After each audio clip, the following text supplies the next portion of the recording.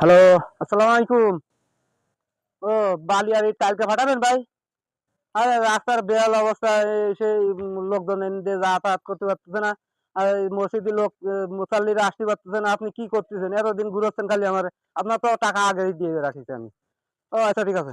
কি ব্যাপার চেয়ারম্যান সাহেব, এই রাস্তার এই অবস্থা কেন? ওই ২-১ এর মধ্যে হয়ে যাচ্ছে। ইট বালি আসতেছে তো। দু একের মধ্যে কবে হবে না রাস্তা? তোমার কি শিয়াতে হবে না এই না আর কি আর শিয়াতে হবে? ও ঠিক আছে, আমি বুঝতে পারছি। ধরো। চেয়ারম্যান খুব ভালো লোক রে। বুঝলেন তো? টাকা দেওয়ার পরে কিন্তু আড়াই গেছে। আমার মাতৃ চাচ্ছিল। কিন্তু সে আড়াই গেছে। তবে এই রাস্তাটা হচ্ছে দেখেন ভালো করে করব। তাতে এই অল্প বাজেট। তার ভিতর তো এই যে ৳৫,০০০ দিছি। এই ৳৫,০০০ তো আমি কাজ কম করবানি। কিন্তু না, ৳৫,০০০ কাজ কম করব না। যেহেতু এই রাস্তা দিয়ে মুসাল্লিরা চলাচল করে, এই মসজিদে এই যে মসজিদে আসা যাওয়া করে, এই জায়গায় নামাজ পড়ে।